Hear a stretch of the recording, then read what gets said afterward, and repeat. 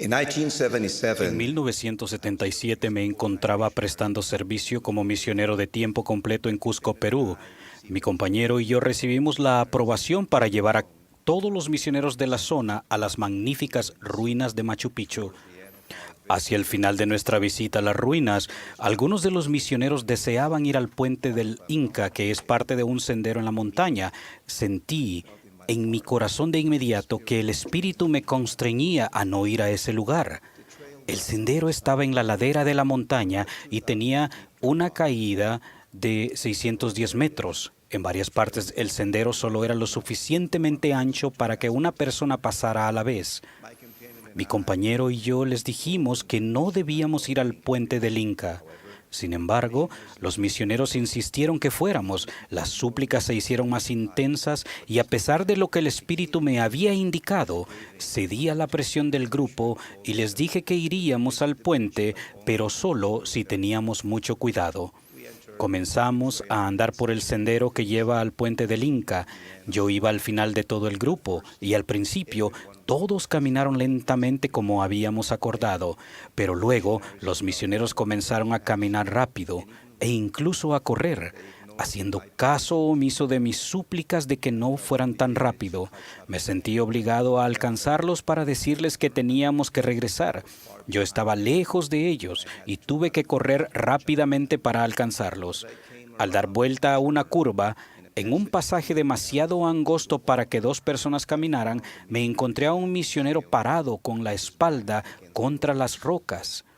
Le pregunté por qué estaba allí parado y me dijo que había recibido la impresión de permanecer en ese lugar por un momento y me indicó que yo continuara. Sentí la urgencia de alcanzar a los que iban adelante, por lo que él me ayudó a pasarlo y pude caminar un poco más por el sendero.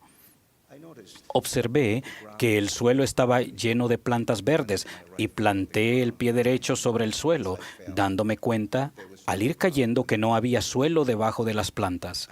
Desesperadamente, me agarré de unas ramas que estaban debajo del sendero y por un momento pude ver hacia abajo, a unos 610 metros debajo de mí, el río Urubamba, que cruza el valle sagrado de los incas.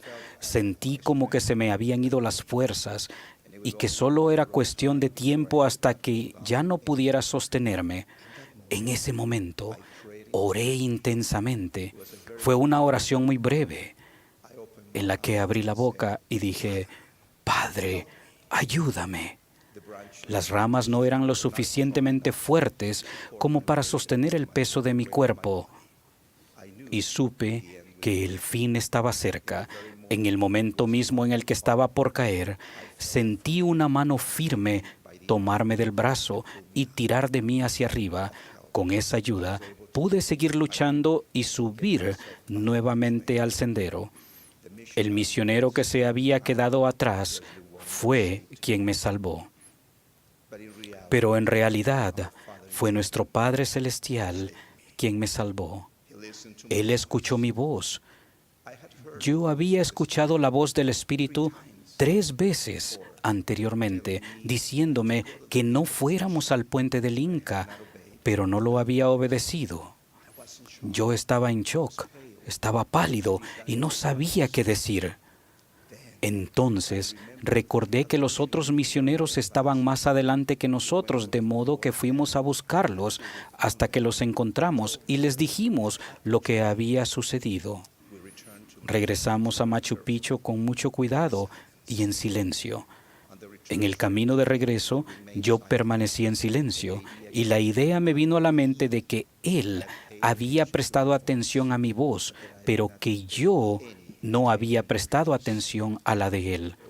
Sentí un profundo dolor en el corazón por haber desobedecido, así como un sentimiento de gratitud por su misericordia.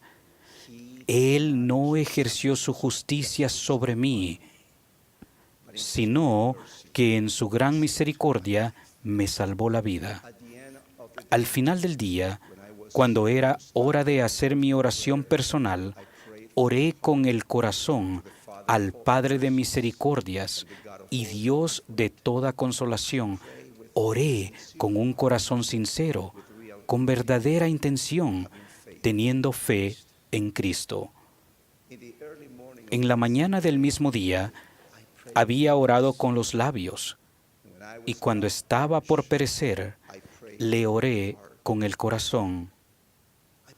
Medité sobre mi vida hasta ese punto.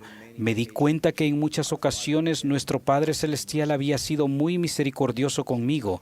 Me enseñó muchas lecciones ese día en Machu Picchu y en Cusco, Perú. Una de las lecciones más importantes fue que debía orar siempre con un corazón sincero, con verdadera intención, ejerciendo fe en Cristo.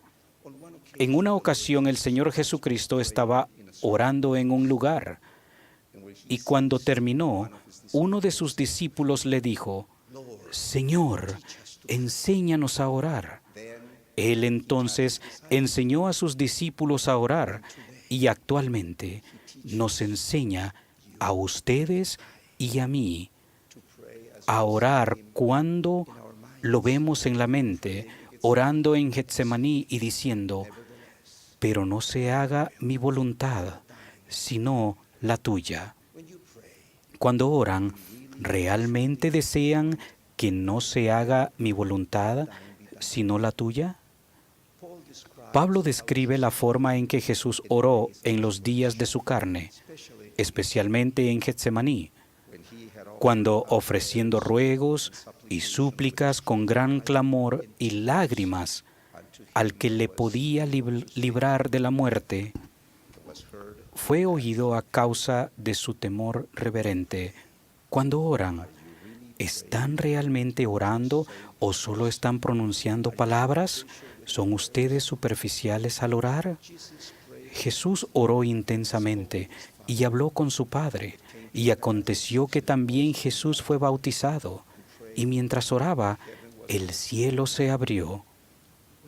Cuando oran, ¿sienten que el cielo se abre? ¿Cuándo fue la última vez que sintieron esa conexión con los cielos? Jesús se preparó a sí mismo para tomar decisiones importantes al orarle a su Padre. Él fue al monte a orar y pasó la noche orando a Dios. Y cuando fue de día, llamó a sus discípulos y escogió a 12 de ellos. ¿Le oran ustedes a su Padre Celestial como preparación para tomar decisiones importantes? ¿Se preparan para tener un momento de oración? Cuando Jesús vino al continente americano, enseñó al pueblo a orar. Y Jesús les dijo: seguid orando, y ellos no cesaban de orar.